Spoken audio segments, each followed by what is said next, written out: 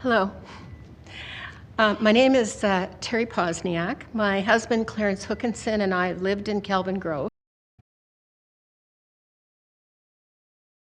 in CKE, the Chinook Park, Kelvin Grove, Eagle Ridge community, for almost 40 years. Our children grew up here and went to Chinook Park School and later Henry Wisewood Senior High School. And it continues to be a wonderful place for families, and now our grandchildren enjoy hanging out with us. However, CKE is a community in transition. Decades ago, it was a community teeming with young children and a growing school population. The younger population now is shrinking, and Chinook Park School, just like the soon-to-be taken down Kingsland Elementary School down the road, is in danger of closing its doors due to a real lack of younger families in the neighborhood. High prices for single-family homes on spacious lots serve as a barrier to young families trying to move into our area. I often hear from my friends, similar vintage to me, complain that their children cannot afford to live in our community or even close to them. Conversely, as a senior citizen who may at some point need to downsize to a more accessible housing option, I would be forced to move away from the community as well.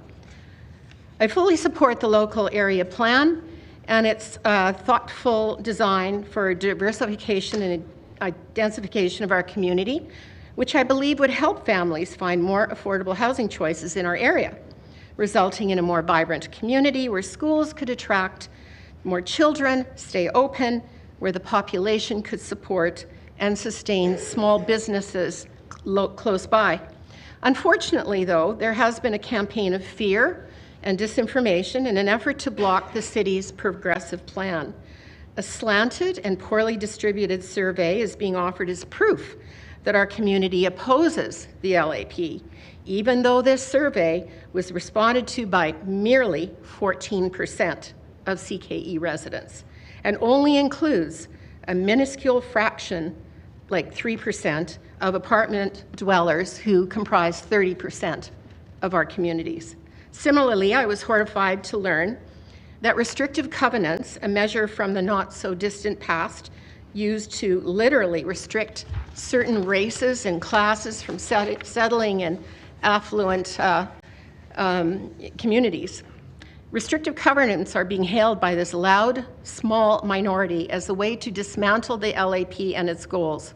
The restrictive covenant on my property dates back to 1959, when our house was built. I only recently confirmed it existed, and because I actually hadn't heard of them before. And now when I ask the anti-LAP group if they're lumping all of us in with pre-existing RCs into their support numbers, I can't get a straight answer. So I ask you, how can any person ever support the draconian measures, such as restrictive covenants, as a way to circumvent the LAP? And to me, it's both disturbing and shocking.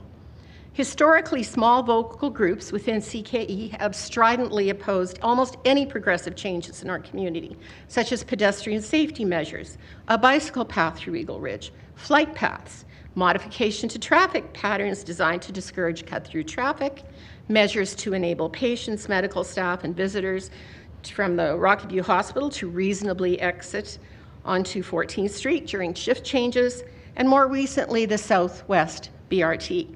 Fortunately, they mostly fail. But in launching these big fights, they pit neighbor against neighbor, creating divisions within our community. And I deeply resent this. What happened to civil discourse? Not moving forward with the LAP would simply strangle and stagnate our community, interfering with its ability to provide the activities and interactions which have given rise to many lifetime family friendships. I look forward to seeing our community grow and diversify, both culturally and economically. I realize that this will happen slowly, over time, and with great consultation, but at least we have a chance to embrace a comprehensive and inclusive vision for the future, not the Wild West of development that exists now. Let's keep it that way in terms of progressive change. Thank you. Thank you very much. Up I have next, copies here too, if I can give anybody. we can grab those from you. Thank you. Okay, who do I give them to? We'll go to Jill Williams, please. Okay, thank you. Mayor Gondek and Council, as a resident of Kelvin Grove, I'd like to thank you for the opportunity today to express my support for the Heritage Communities Local Area Plan, or LAP as it is known. I would also like to acknowledge the hard work that has been put in by the professionals in the city's planning department, which included 3 long years of consultations with various affected communities. I, for one, did not study urban planning and do not stand here before you as an expert. However, I believe that it's important to recognize the professional approach that's been taken in developing this thoughtful, complex plan. One that introduces modest redevelopment that's necessary for our city to adapt to changing circumstances, demographics, so that we may all thrive in the future. Before I state why I support the plan, I'd like to briefly address the CKE Community Engagement Survey, a survey that was commissioned by the Community Association and often referenced to validate the anti-densification arguments in relation to this plan. A survey which, coincidentally, was initiated, written, and led by a well-known anti-densification campaigner who at the time was also a member of the community board serving as the development director. He has since been removed due to conflict of interest in this matter, but damage has already been done. Back to the survey. This instrument was purposefully designed to reach a specific, misleading narrative through the use of loaded language, leading questions, and targeted sampling bias. Almost all of the respondents, 97% in fact, identified as single-family homeowners who have lived in the neighborhood for more than 20 years. While the proponents of the survey claim to represent the entire community, this could not be further from the truth. In fact, 1/3 of the neighborhood population lives in apartments or condos, yet only 3% of this demographic are represented in the results. Based on this sampling bias and misrepresentation alone, we can safely dismiss this survey as invalid. I could go on, but considering the time limit, I will move now to express why I support this plan. First off, densification is not a dirty word. When planned and implemented responsibly, the modest redevelopment presented today could help create complete, exciting communities in our neighborhoods. Ones that support local businesses, offer a variety of housing options, promote sustainable transportation, maintain a healthy population for our local schools, and reduce sprawl. One advantage of increasing the population base in our neighborhood is the inevitable positive impact it will have on local small businesses. Naturally, a larger customer base will stimulate economic growth and local job opportunities. One of the biggest concerns noted in the neighborhood is the importance of keeping community schools healthy and viable. A point well noted, and one that can only happen if we work towards building complete communities. Communities that welcome diversity, including young families, with affordable housing options that can support services and amenities like shops, restaurants, and playgrounds all within walking distance. Calgary is the 3rd most diverse city in Canada, home to more than 240 different ethnic origins. I believe we must do more to welcome greater diversity into our neighborhoods in the Southwest. For it is diversity in our differences that make us stronger and open our worldviews. Tight-knit communities foster social cohesion. When people live in close proximity to one another, natural everyday interactions break down barriers, fear of the other, promote understanding, and add cultural vibrancy. In fact, this sense of cohesion can lead to safer neighborhoods where people look out for one another and work towards addressing common challenges. One thing I believe we can all agree to today is that we love our neighborhoods, which is why we have taken time out of our busy days to be here. I also believe that we must be open, welcoming, and look at the many positive outcomes that thoughtful planning and modest redevelopment can bring to our neighborhoods. I encourage you to support this plan today. Thank you. Thank you very much for your presentation. We are on to Hanita Samard, please. Hi, I'm Hanita Samard. I've lived on this planet for about 5 decades, and I've lived in Kelvin Grove, the K in CKE, for 2 of those decades. I am in favor of the Heritage LAP for 5 reasons. First, change. Each one of us is not the same person we were 2 decades ago, and we are not going to be the same person we are 2 decades into the future. Our current needs are not the same as our future needs, and the same applies to cities and communities as they too respond to changing needs.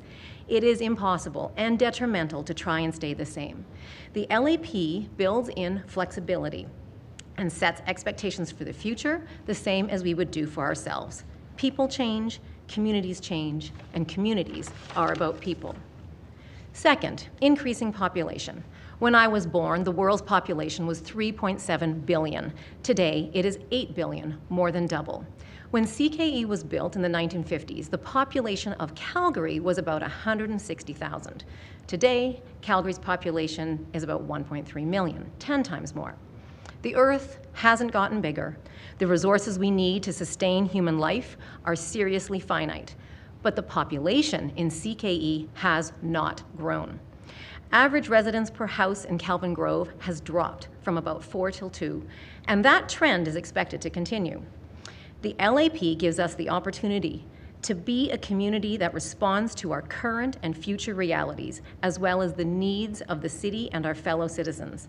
Communities are about people, people at all life stages with various life experiences. Third, the climate crisis. When I was born, the parts per million of CO2 in the Earth's atmosphere was 326.42. Today, it is 416.43 parts per million. Previous to the 1930s, and for the preceding 800,000 years, CO2 levels were never above 300 parts per million. The IPCC's final report came out just in March of this year. We have less than 7 years to take action before we reach 1.5 degrees of planetary warming, which will make life miserable for humans and at tremendous and unnecessary cost to our economy.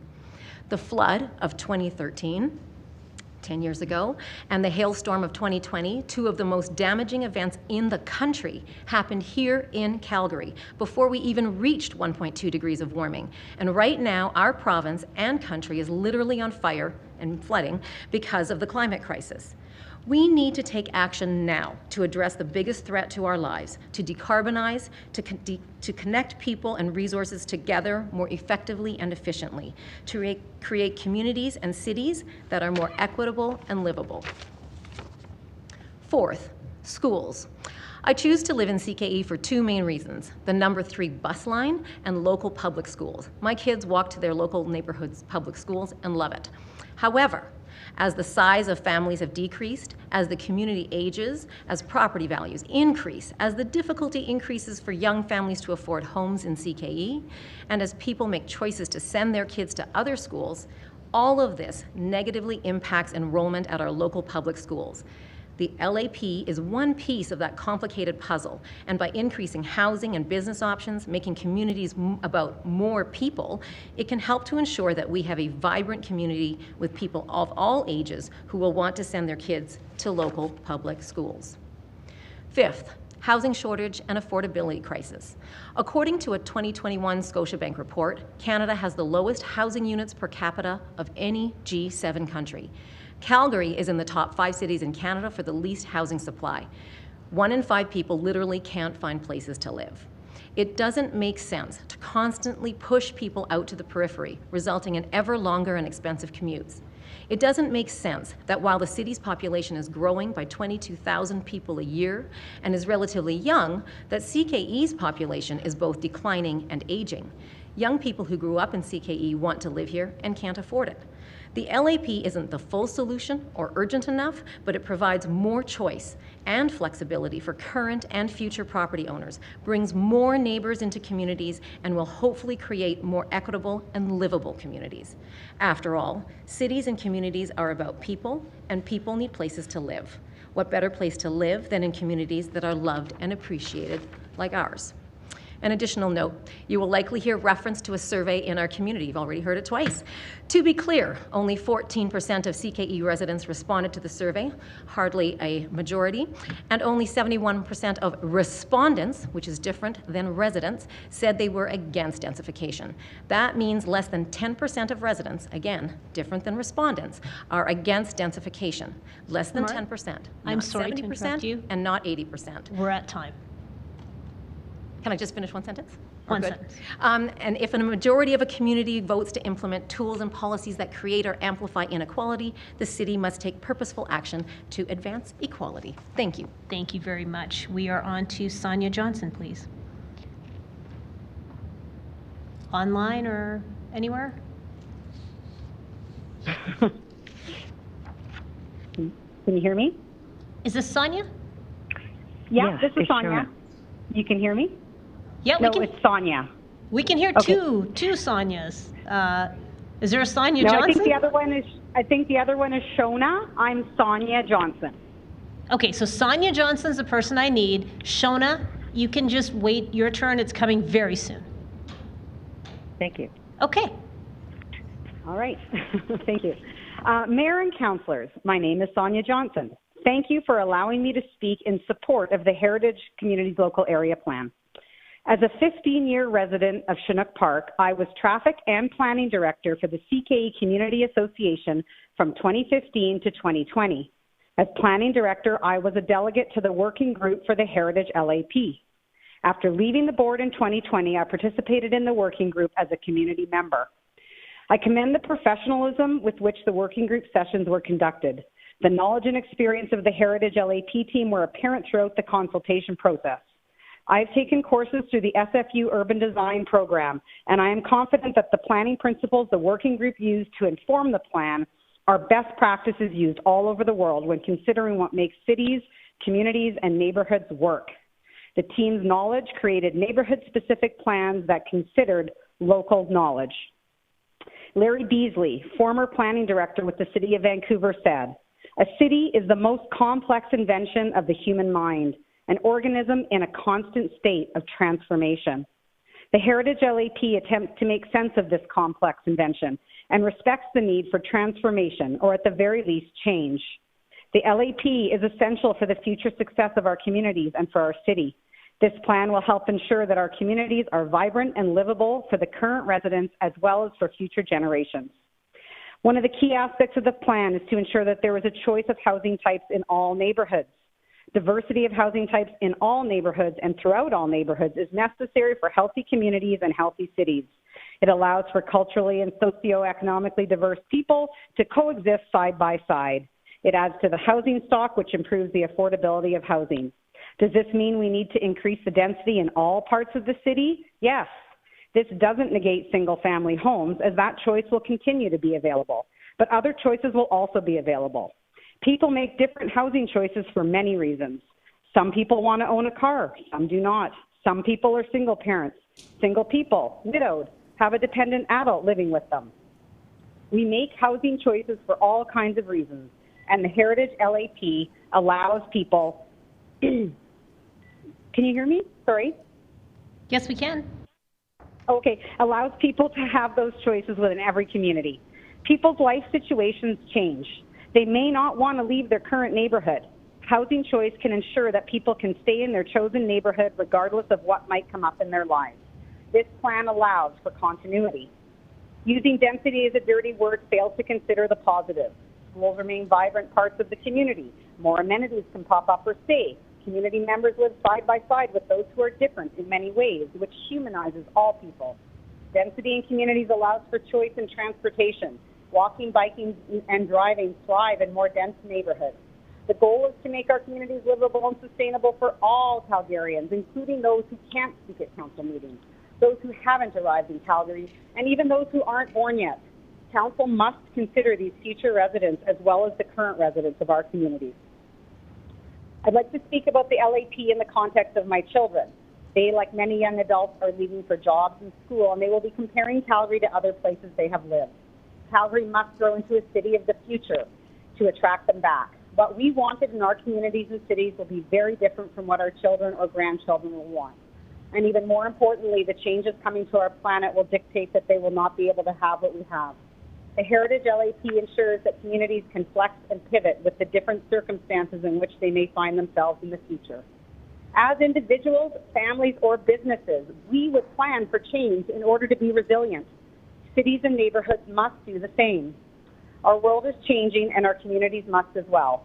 The climate is changing. Geopolitical forces are changing the world, from immigration to inflation. Energy sources are shifting and changing. The world our children and their children will live in will be vastly different from the ones we live in, just as the world we have lived in is different from the world of our parents and grandparents. In 1958, Chinook Park was a polo club and a racetrack. Before that, farmland, and before that, our Indigenous peoples were the only human inhabitants of Chinook Park. Back then, it would have been impossible to envision the city we live in today, just as it's difficult to envision our communities so far in the future. Though the Heritage LAP can't see 100 years into the future, it's a living document that attempts to envision some of the changes that are already happening and plan accordingly. The only prudent thing to do is to plan for change. Members of Calgary Council, I ask you to move forward with the Heritage Local Area Plan to ensure that Calgary is a great city for everyone who lives here now and in the future. We don't have a great community until we all have great communities. Thank you for your time. Thank you very much for your presentation. And that brings us to Becky Poshman, please.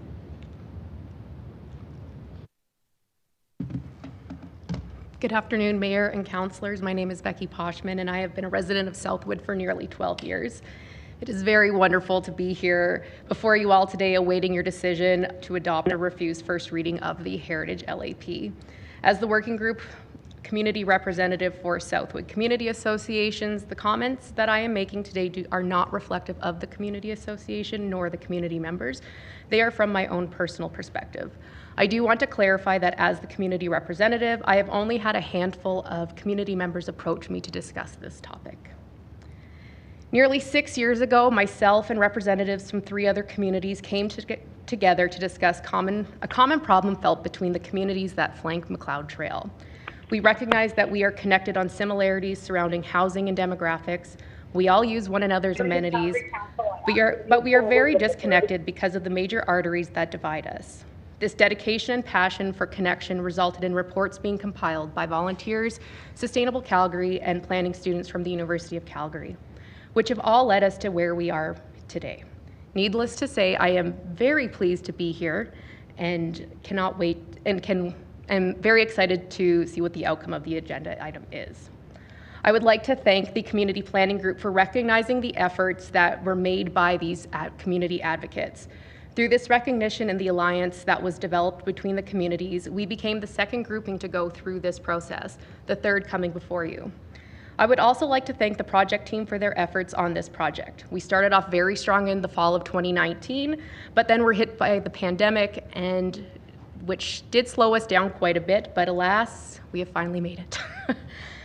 So today I'm not here to critique the policies or the maps that are part of the LAP. What I want to focus on are the core values that the working group established. I want to see improvements to the public realm. I want to see enhancements to Macleod Trail. I want to foster vibrant transit areas. I want to promote inclusive and diverse housing choices. I want to enhance and improve civic facilities and public lands. I want to support local commercial areas, and I want to support resiliency to the climate change impacts. With recent discussions surrounding housing affordability and increasing densities, I urge council and developers to look at the potential the communities comprising of the LAP have to offer. In Southwood, the opportunities for development on public land is bountiful and in need of reimagination. Take a moment and think about the lands surrounding Anderson LRT station and what they can become. These lands can allow for affordable housing, it can allow for density, and it can allow for communities to thrive.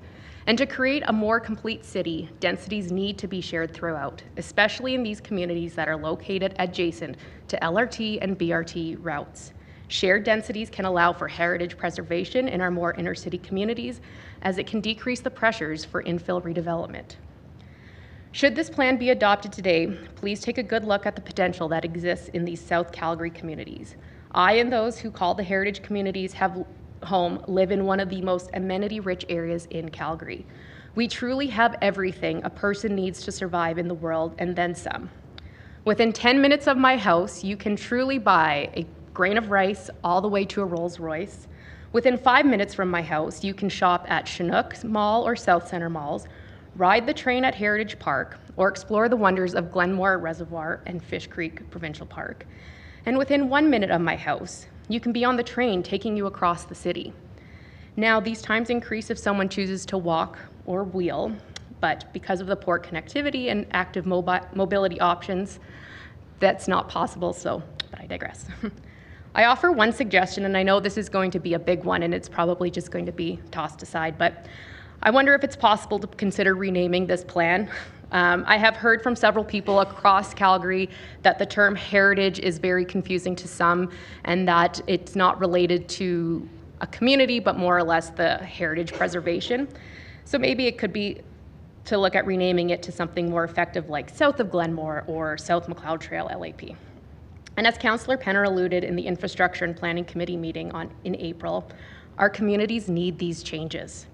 My one hope that comes from the nearly 6 years I have dedicated to this work is that change takes place because change is necessary. Thank you. Thank you very much for your presentation. I appreciate the 5 presentations. I'm just going to take a couple of seconds to see if members of council have any questions for any of you. I don't see anybody with any questions in the queue, so thank you to the 5 of you for your presentations today. We will go to the next panel, which is Doug McNeil, Guy Buchanan, Malcolm Ruby, Chris Lagalais, and Shona Gillis.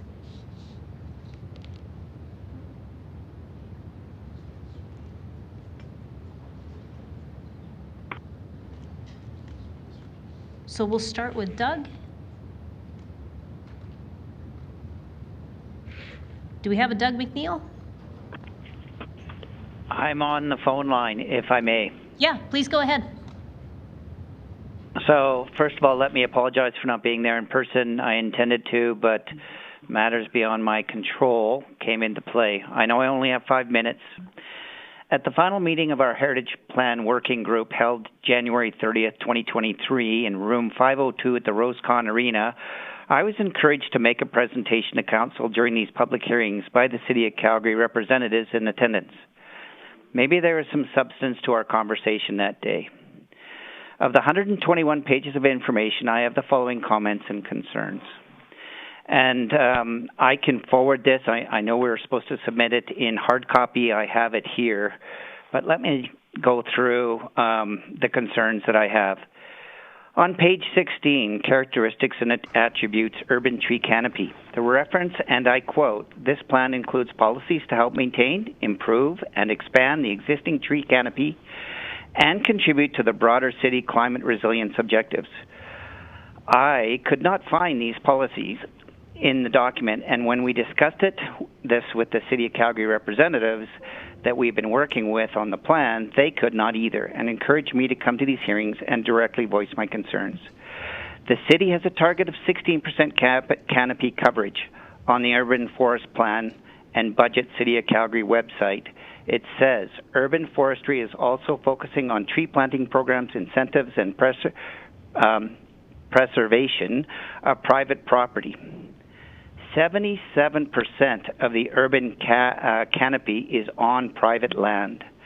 If the city is densifying private property to eliminate the RC1 single-family designation, with 77% of all the urban canopy on the private lands, how is that going to work? Under the service performance statistics listed on the City of Calgary site, in 2021, there's 9% canopy coverage, not 16. We have a long way to go. Under 2.1.1, page 21, future growth concepts. Nowhere in the concept strategy are including the addition of green spaces to maintain or even enhance the present situation in neighborhoods.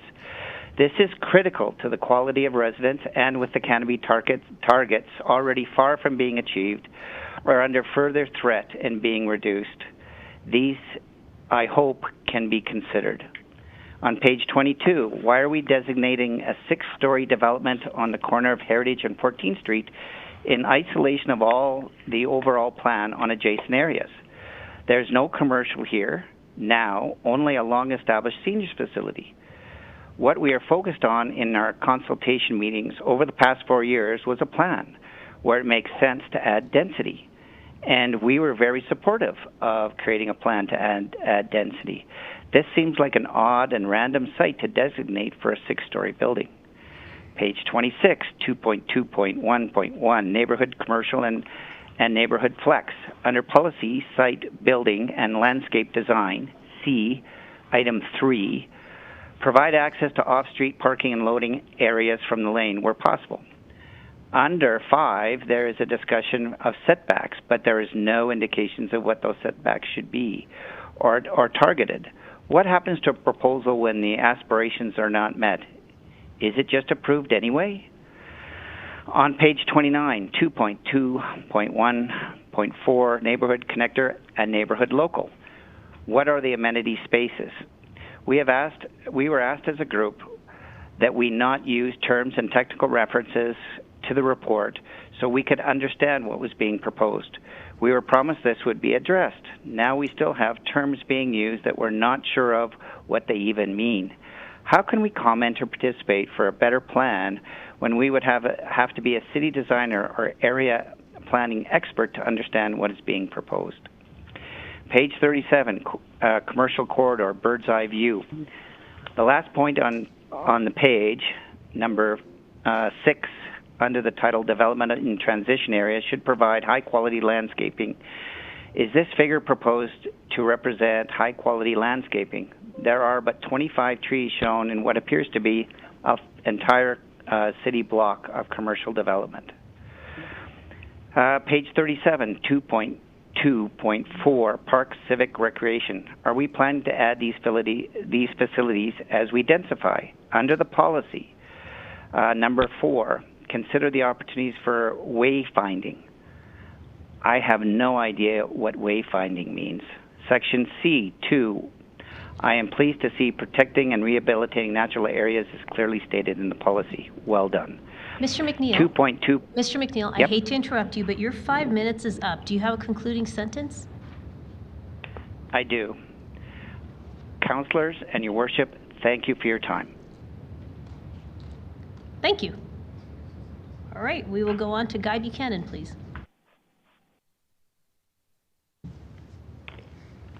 Lectern here.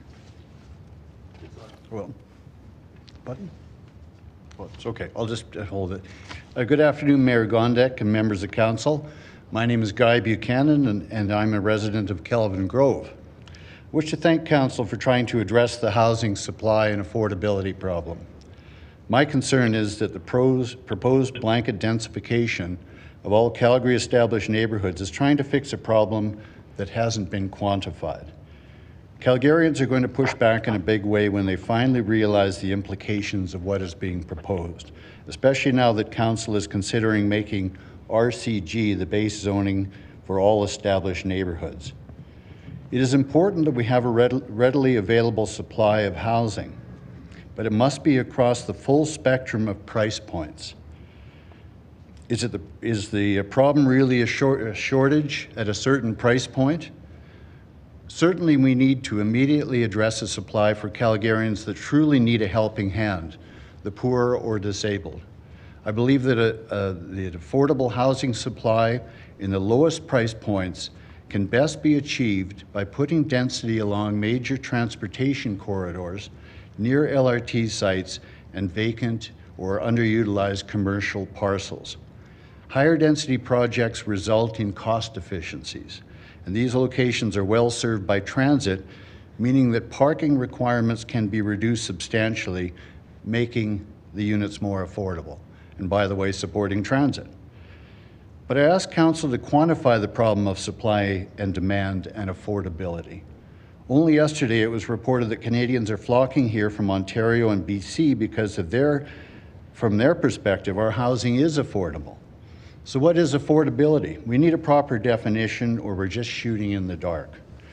We need to apply dollars to the analysis. How do we minimize the land component of housing? And how do we get the biggest bang for the buck given the high and ever-increasing cost of construction? If we don't define what the price points we have a shortage of and apply an economic analysis, we're allowing ideology to guide us rather than rational thinking. So I'm not in favor of the Heritage LAP as it's currently drafted. And finally, I know that some have questioned the validity of the professional survey that was conducted for the Chinook Park, Kelvin Grove, and Eagle Ridge Community Association by the professional research firm of Stone Olufsen. Some of you may be aware that a group of CKE residents have started a restricted covenant initiative. As I've reported to Council before, the Stone Olufsen survey results show that over 80% of CKE residents are concerned about densification. This correlates very well with the results of the canvassing we have done on each property in CKE, with each property owner in CKE regarding the restricted covenant. We have already been approached by 6 other communities that are interested in registering a restricted covenant to protect the character of their neighborhoods. I believe this number will grow as Calgarians realize the impact of the blanket densification initiative. I ask Council to apply market metrics to the problem, apply economic analysis, and target density where it will truly deliver affordable housing. Thank you. Thank you very much for your presentation. We managed to move the table up as you were speaking. Apologies that it didn't come up right away. We are on to Malcolm Ruby, please. Madam Mayor, I think there's been an error. I was given an opportunity to address you on item 7.2.15 of the agenda, and not this item. I've been listening diligently, but my remarks are prepared for an entirely different matter. Okay, so yours is 7.2.15? Correct, the land use application relating to Marda Loop. I will put you in that queue. Thanks so much for letting me know. Okay, I'll tune in later then. Okay, sounds good. Let's go to Chris Legale.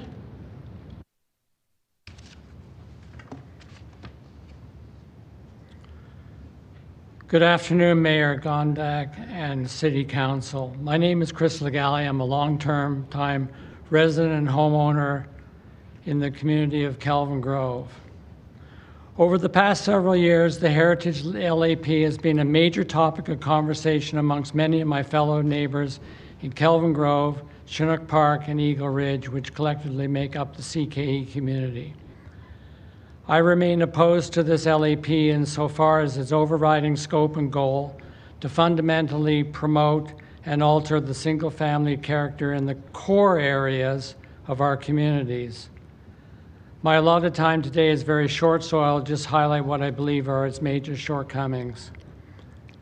A key assertion of the LAP is that all targeted communities are somehow in major decline and must be revitalized through widespread enacted and/or forced densification, regardless of individual property rights. But city statistics show a pattern of remarkably stable population within the collective LAP communities over the prior 20 to 30 years, whilst in Kelvin Grove, population has recently been increasing. Likewise, the number of student attendees at the pivotal Chinook Park Elementary School has also been increasing.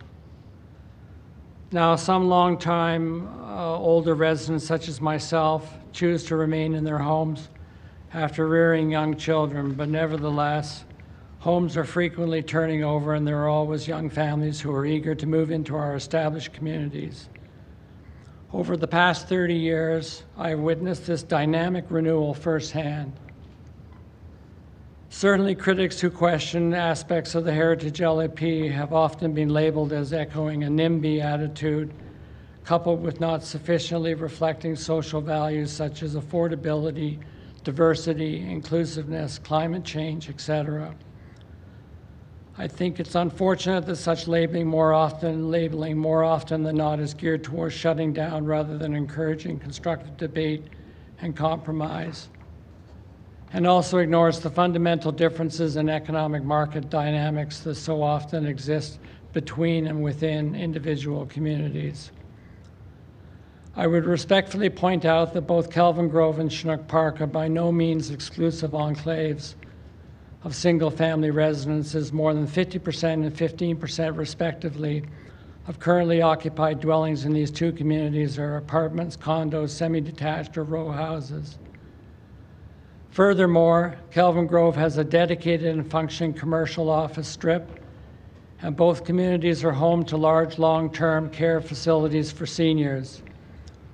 Now, the economic reality is that tearing down existing relatively high-priced homes in these communities and replacing them with equally expensive, high-end densified dwellings would simply lead to outsized profits for developers and result in major adverse environmental impacts in the form of increased vehicle congestion, loss of mature trees, green space, etc. Therefore, thereby turning these communities into mirror replicas of what has become a Marda Loop neighborhood and is highly unlikely to produce what would ever be regarded as affordable housing by the vast majority of Calgarians. A common LAP criticism is the loss of trust in the process used by City Hall and city planners to advance their agendas. It is viewed by many as a top-down imposed rather than a bottom-up consensus-built plan. The so-called consultation process used by City has been designed primarily to share information about the LAP. It's been my experience rather than actually using citizen input to incorporate sensible modifications. Nowhere is this intent more clearly illustrated than by the city's abject ignoring of the 2022 CKE Community Engagement Study survey undertaken by the professional Stoll Olafson firm, where a large majority of residents categorically opposed the LAP's plans for wholesale densification of their communities. At the April 5th Infrastructure and Planning Committee of Council, which I personally attended, 34 CKE residents either spoke or sent in a letter opposing the Heritage LAP, while only 4 CKE residents either spoke or sent in a letter supporting the LAP. This sends a message to all of you. At that, I will close my comments, and I thank the City Council and Mayor Gondek for the opportunity to speak here. Thank you for your attention and consideration of my views. Thank you so much for your presentation. We will move on to Shona Gillis, please.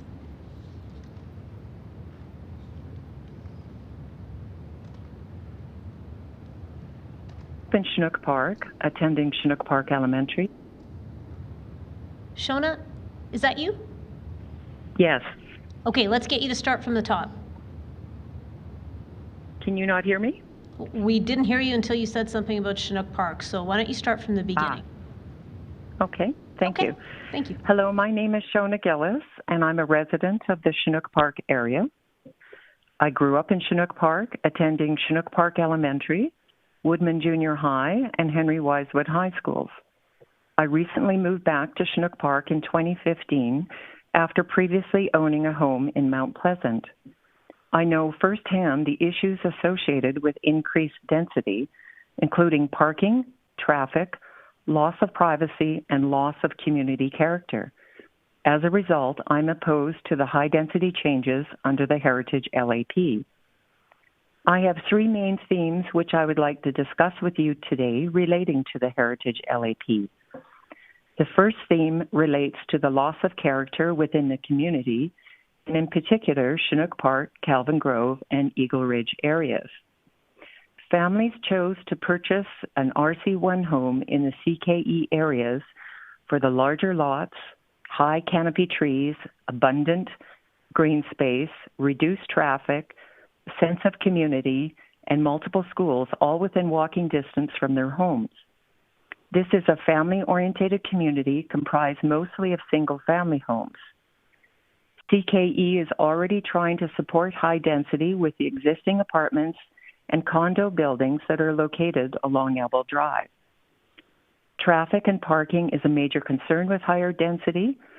Furthermore, and as mentioned by previous people, what are the city's commitment to protect the tree canopy? How is this going to be achieved if 50-year-old trees are removed from RC1 districts to accommodate the 3 to 8+ homes under an HGO? These mature 50-foot trees cannot simply be replaced with young saplings. Finally, according to the recent 2022 CKE Community Engagement Survey, the majority of the impacted RC1 residents are opposed to the LAP's plans for blanket densification in CKE. The second theme I'd like to discuss is elimination of free choice. With the proposed wholesale densification of CKE, the city is eliminating choice for families to be able to live in an RC1 area. Families also paid a premium to be able to purchase a single-family home in these RC1 areas. Furthermore, RC1 homeowners have paid premium taxes to the city for decades based on their RC1 designation. I personally find it disingenuous of the city to be changing the rules midstream for people who have invested their life savings to buy their RC1 homes for their families. This also demonstrates a lack of respect to the existing long-term RC1 residents and taxpayers. Taxpayers and tax evaluations are based on locations. Who is going to compensate RC1 homeowners for the decrease in value as a result of an offsetting 8-plex? With this forced high density, in my opinion, the city is essentially proposing expropriation without compensation. The third theme I'd like to discuss is follow the money. Most of the multiple homes being built in Altadore and Marda Loop, for example, are not low-cost housing. How is this addressing the missing middle? Under the guise of affordable housing, it also appears that the city's main objective is to double, triple, or quadruple the tax base on a single 50-plus foot lot, depending upon the number of housing units that are built. Aren't we already supporting the missing middle by allowing suites to be built in RC1 neighborhoods? Buyers and developers are purchasing multiple homes to accumulate wealth, including investors from outside the province and the country. Who is going to pay for the improved infrastructure for all of these new homes, including water, sewage, electrical upgrades, road repair, etc.? What are the city's key performance indicators to measure success of these proposed changes? The old YMCA lot along 82nd Avenue near the Heritage LRT, for example, has sat empty for years. Couldn't the city develop this area as opposed to tearing out existing homes? The city should focus on increased density near major traffic routes, such as the Heritage Southland LRT stations along the Cow Trail. The city should also encourage more developers to retrofit the empty downtown for condo and apartment buildings as opposed to materially changing RC1 districts. Again, in closing, in my opinion, the developers grossly overbuilt the office buildings downtown. Why repeat the same mistake in RC1 neighborhoods? In closing, I oppose the proposed high-density changes within the Heritage LAP, and I thank you for your consideration. Thank you very, very much for your presentation. I'm just waiting to see if anyone has any questions for anyone on this panel, and I'm not seeing any from members of council. So let me thank you all for taking the time to present to us today. Appreciate it. We'll move on to the last panel, and we've had a late addition. So this is going to be Chris Bailey, Ray Kettenbach, Pat Withers, Don Schwartz, Rebecca Eisenman, and Elizabeth Duerkop. Let's start with Chris, please.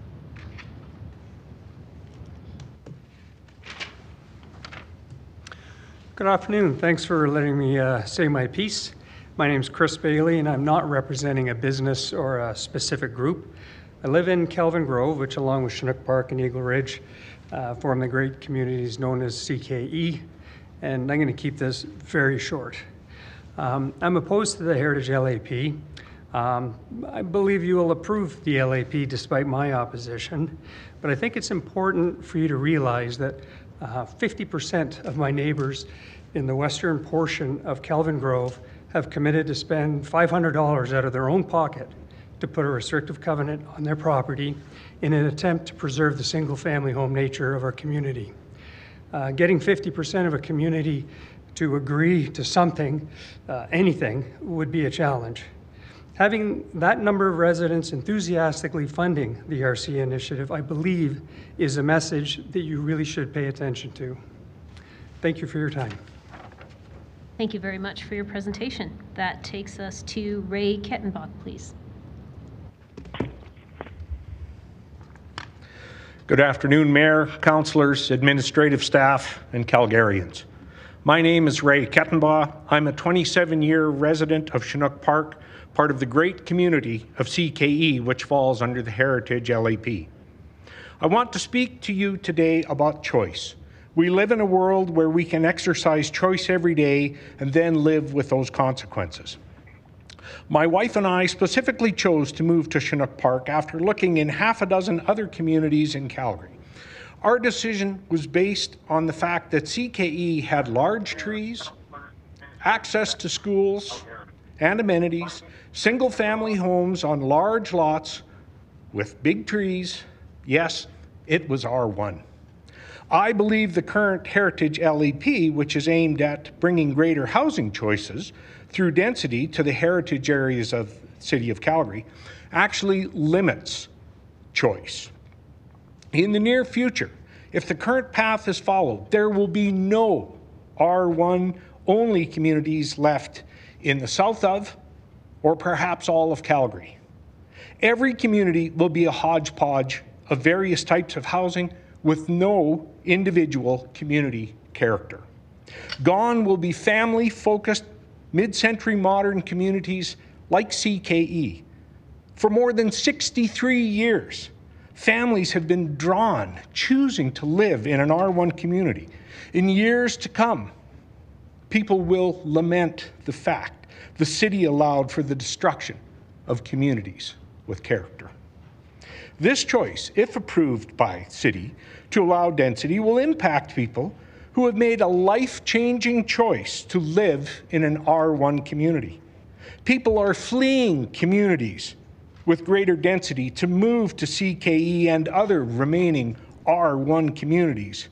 People make a very deliberate choice to live in CKE, stocking homes, in some cases, for multiple years, because it is an R1 community and family-focused.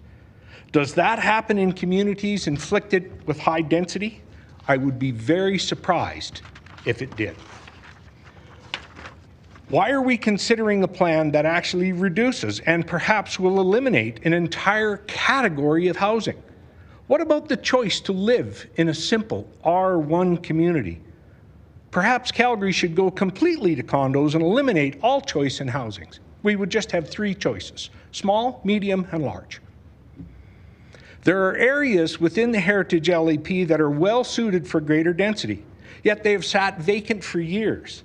What is happening to the former YMCA site is mentioned. In a housing crisis, if a common sense solution is readily available, should not the city look on this and look for simple, cost-effective solutions and get on with the work?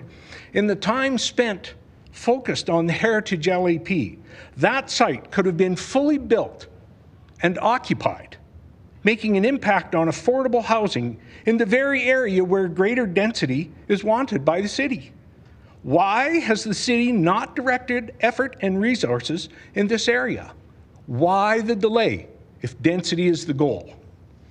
If everything in society is to be the same all the time, with restricted or limited choice, this sounds vastly different from the democracy wherein people have a voice to be heard and are allowed to make choices. The residents of CKE expressed an 80% support for keeping R1 community. Elected officials should be listening to all of whom have elected them. Voices that oppose the LAP and their common sense views are, in my opinion, been cast aside, seemingly by all levels of administration and elected officials, in favor of a plan that does not reflect the residents' views living in the in the impacted communities. If the LAP is about adding housing choices, it is my opinion that it fails in the category of offering current and future Calgarians a choice for R1 living. That choice appears to be stripped away in this plan. I am hopeful that the majority of councillors will make a choice and will let common sense prevail in the vote on the Heritage LAP.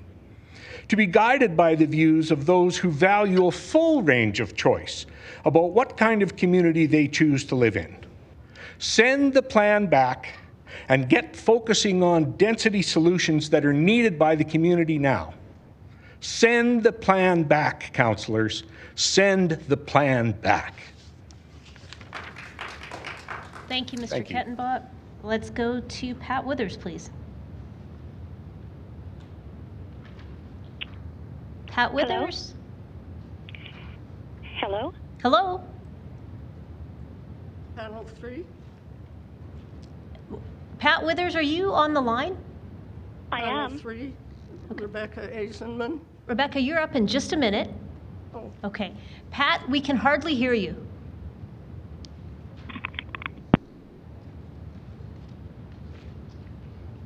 Hello? Is that better? It's a little bit better. Okay. Can I go ahead? Yeah. Okay. Good afternoon, Mayor and councillors. As you know, my name is Pat Withers. I'm a resident of Kelvin Grove. I'm very concerned about the Heritage Local Area Plan and the impact it will have on my community of Kelvin Grove. After much research into various areas of Calgary and doing my due diligence, I decided to purchase in Kelvin Grove 18 years ago. Some of the major reasons were the welcoming feel of the neighborhood, the mature trees, the size of the single-family homes and lots, as well as the proximity to downtown and major roadways. When the guidebook was mailed out, I made an effort to become informed, and am extremely concerned about the major impact of densification. I have seen other areas that are products of the city's densification projects and spoken to people that have moved into our community and relocated their families because of the densification projects in their neighborhood, and heard how it completely destroyed the charm and character of the community. This is worthy of note. After reviewing a November 30th, 2022 new City Heritage Planning Policy and Budgets document, it states, and I quote, "The Residential Heritage Tools and Incentives Report is a well-researched, comprehensive, and complementary package designed for Calgary. It supports heritage retention by owners over demolition and redevelopment," close quote. Then it goes on to state, in total contradiction, and I quote again, "It doesn't mean static heritage retention. It encourages added density of affordable housing through secondary suites and laneway houses," close quote. So I ask you, which is it?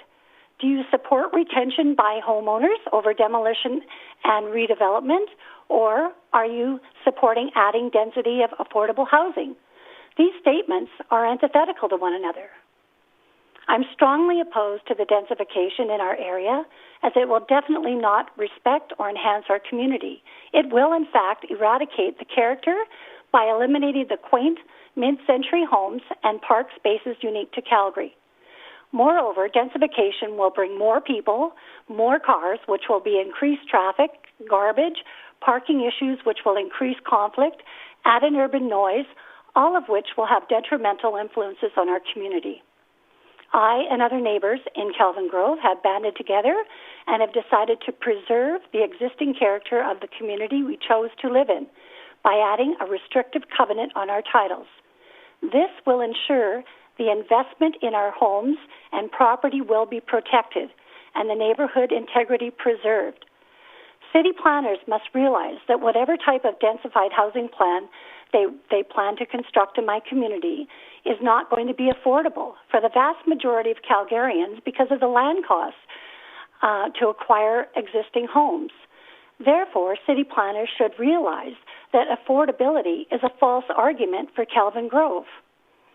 I have a question. I'm curious about Who is funding the ever-increasing Residential Historical Resource Conservation Grant Program, which seems to be over $2.5 million, and the Non-Residential Historical Resource Conservation Grant Program, and the Residential Heritage Tax Incentive Program?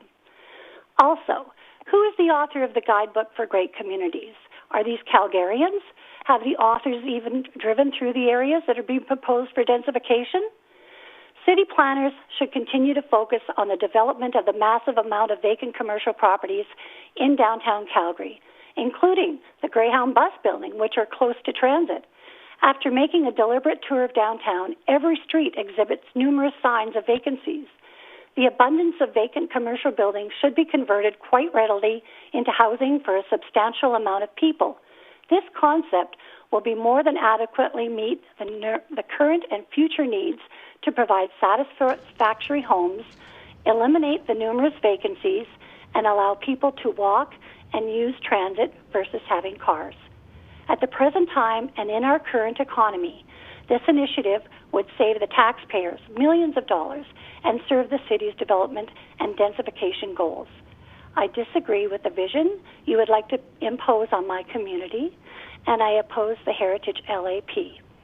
Thank you for your time and allowing me to speak. Thank you very much for your presentation. We are moving on to Don Schwartz, please. Hello? Hi. Hi, you can hear me good. My name is Don Schwartz. Thank you for your time. I speak for myself and for my wife. We oppose the Heritage LAP. Our neighborhood of Chinook Park is an example of a neighborhood which has evolved over more than 50 years. The neighborhood already has density with apartment blocks along Elbow Drive, some rentals, some condominiums, some converted condominiums. Between Glenmore and Heritage, there are already numerous rental apartments and condos, as well as strip malls, medical offices, and so on. This is a community established in the late 50s. There are good houses here with good bones. Most have been improved over the years. These houses can be expanded, renovated, made more energy efficient. Over the years, the community has diversified. There is a wide cross-section of age, cultural diversity, and multi-generational residents. Some residents grow their own food in their backyards and develop community gardens.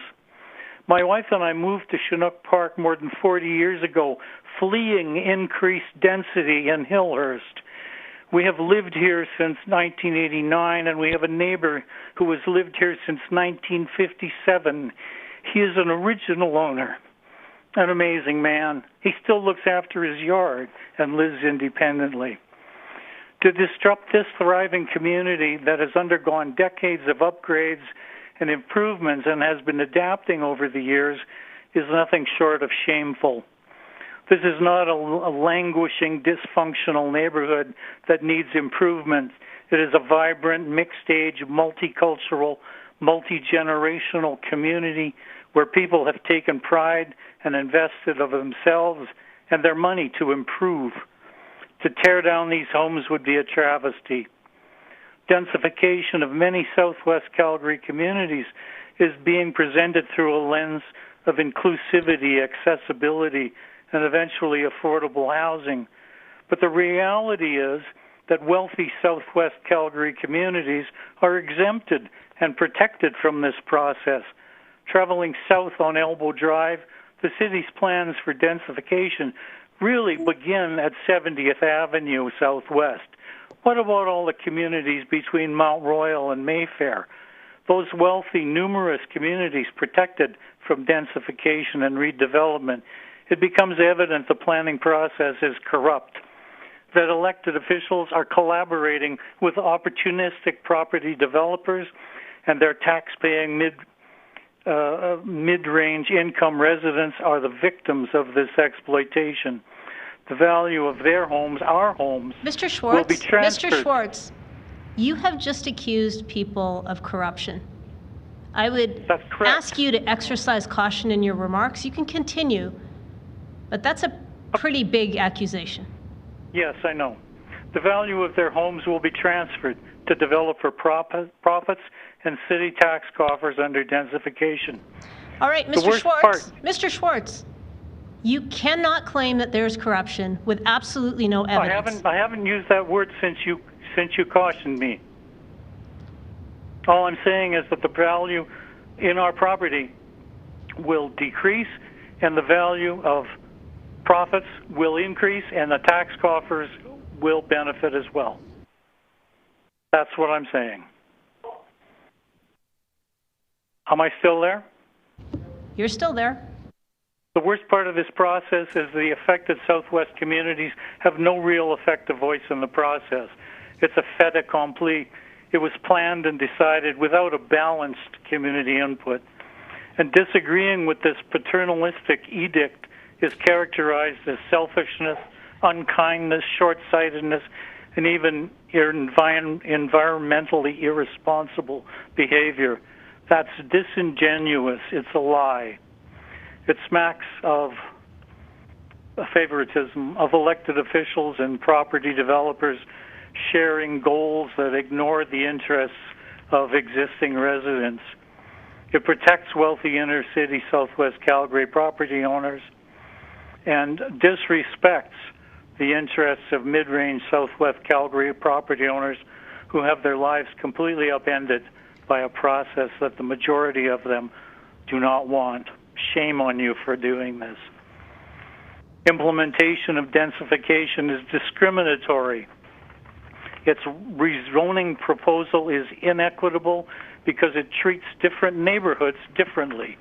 It affects different homeowners differently. Densification is a gift to developers and a promise of increased tax revenues to the city. It is unfair to residents who move to the area with expectations which are now crushed. It's like having the bank manager change the terms of your mortgage after you've signed the dotted line. It's shameful. Thank you for your time. Thank you for your presentation. We are on to Rebecca Eisenman.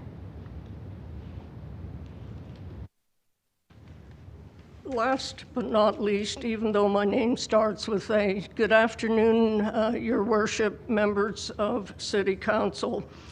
What has been said by panel 3 expresses my views exactly. I'm not going to take time to repeat them.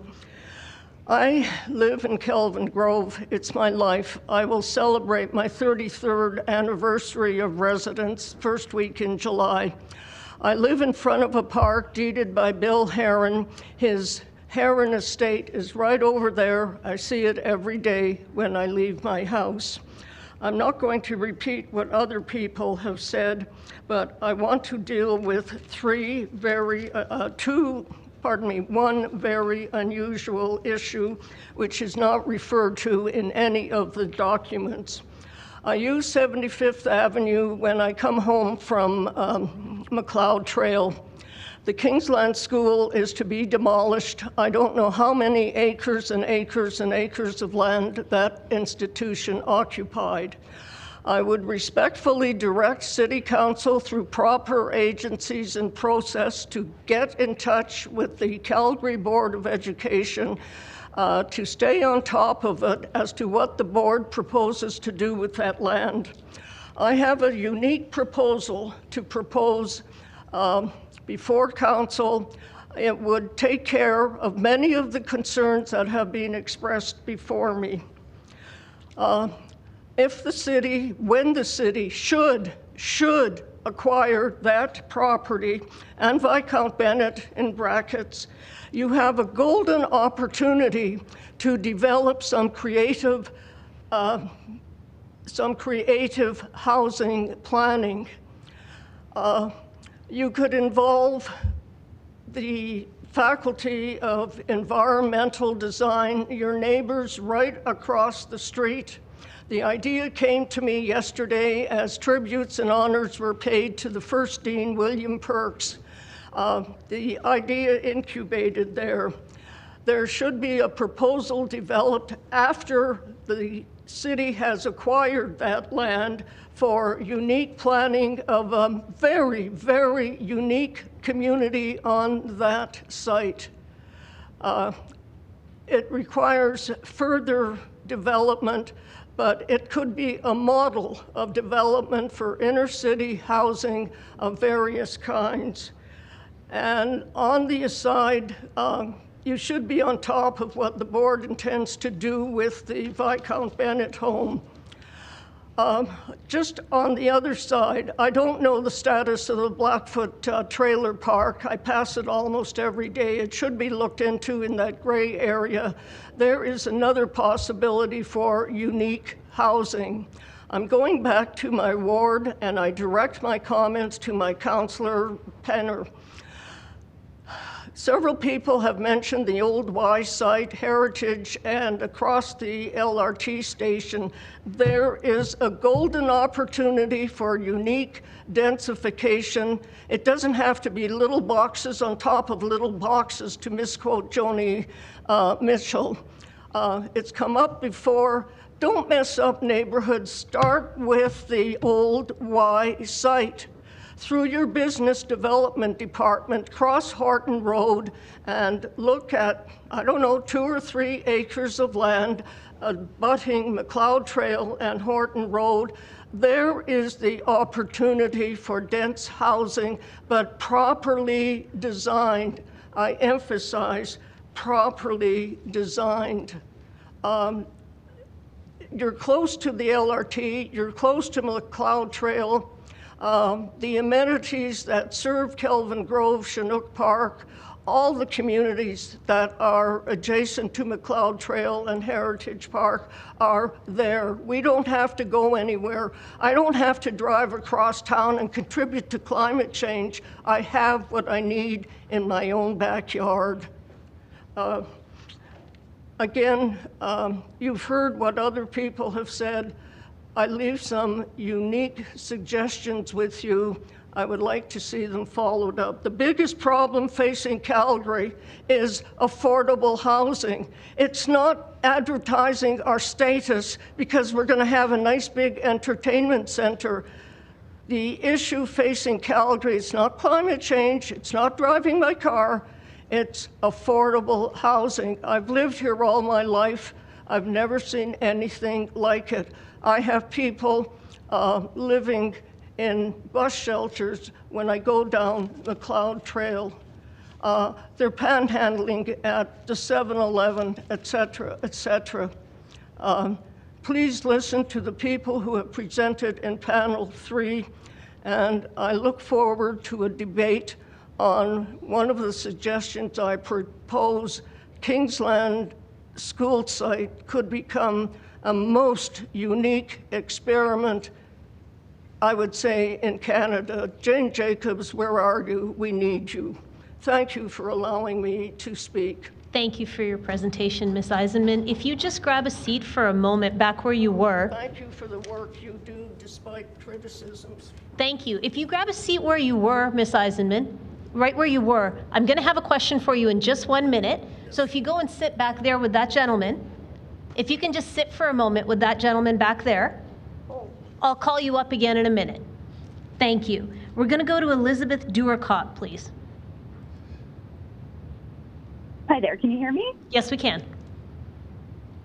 Good afternoon, Mayor Gondek and City Councillors. I was the Fairview Community Association's working group representative for the Heritage LAP and submitted a letter of support to committee with my board colleagues on behalf of our association. Our letter, which was included in your package today, addressed our support for the plan and expectations for implementation, including infrastructure and amenities, traffic, pedestrian and cycling routes, green space and urban canopy, and affordable housing. Fairview does not currently have a comprehensive area plan, something that both residents and developers have requested in recent years.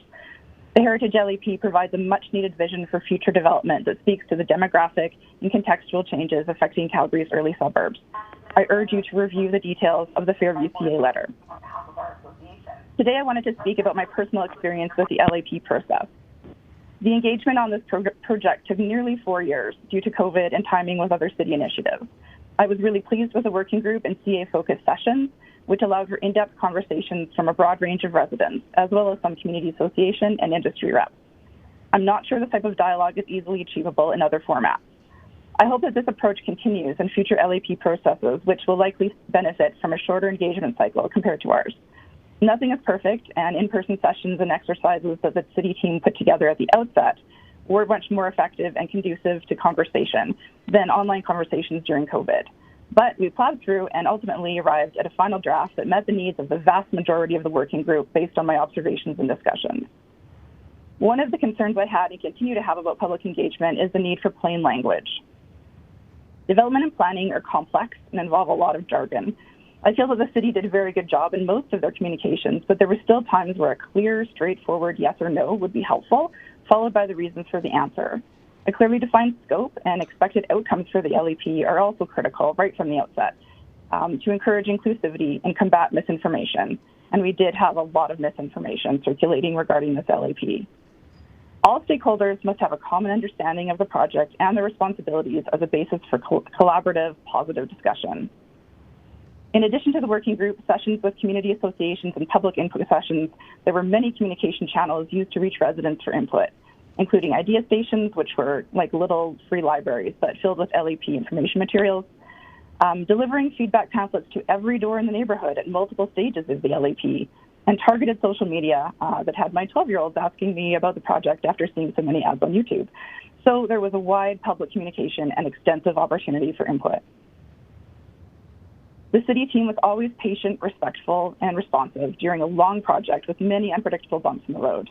Engagement can be very difficult, and the team's effort was clear. While no plan can meet all expectations, the LEP reflects most of the key elements I heard again and again from residents and in the working group. Many of the objections I hear seem to center around growth and change in general, which will take place regardless. Is it not better to guide the coming growth than to let it happen haphazardly? If the LEP's vision and policies are applied as intended, it will be a helpful guide for all stakeholders to manage change in a way that best meets the vision and goals of residents, communities, and the City of Calgary. Thank you very much for the opportunity to speak. Thank you very much for your presentation. There is one question for this panel. Ms. Eisenman, there's a question for you from Councillor Penner, if you could come up. Thank you. Hi, Ms. Eisenman. Thanks, Sonia. Now, we have a rule that I have to ask you questions, and I can't just comment on your statements. So I'm going to ask you some questions, but you're probably not going to know the answer to them. Can you just play along with me for a minute? Say again, please. Can you just play along with me for a minute? Sure. Okay. The Kingsland School site that you mentioned, are you aware that the city actually already owns that site and it isn't under the ownership of the Calgary Board of Education? I didn't know that. Yeah. So we own that site, and we've actually actively been working with the community association for greater than 6 months on that site around what its future is. And unfortunately, they're not supportive of it becoming an affordable housing site because they're needing park space and have already taken on increased density. So I'm just wondering, as we go through this process, making sure that we talk to our neighbors too before we give ideas. And then the YMCA site that you mentioned, would you be supportive of deep subsidy affordable housing on that site if we could find the right proponent? The right person to purchase it?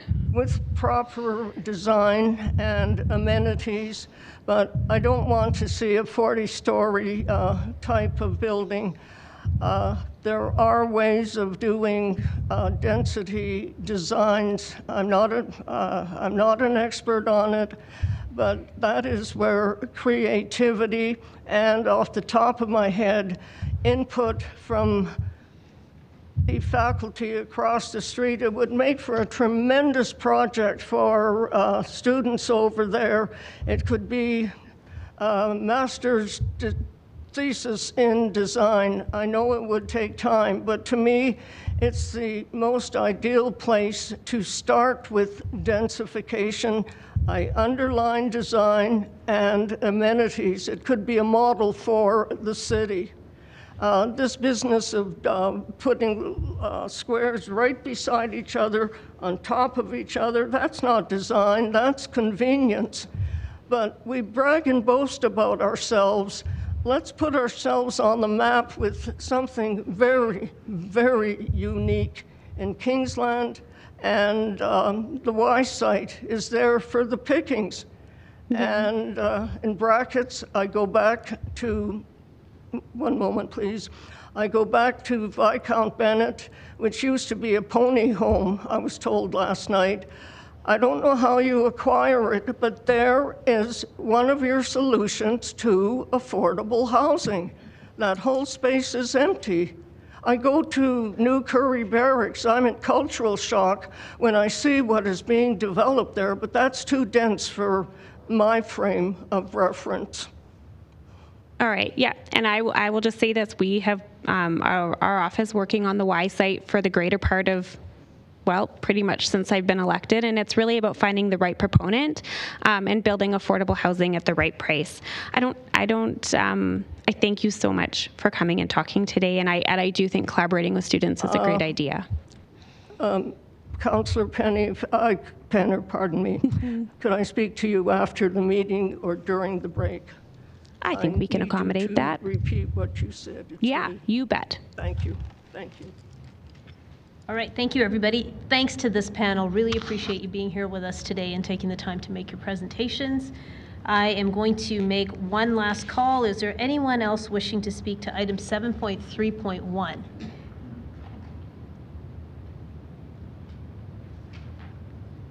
Okay, seeing and hearing no one else, I will close the public hearing on this item and thank the members that came out to provide presentations today, as well as those who were on the line. Council, do you have any questions of administration?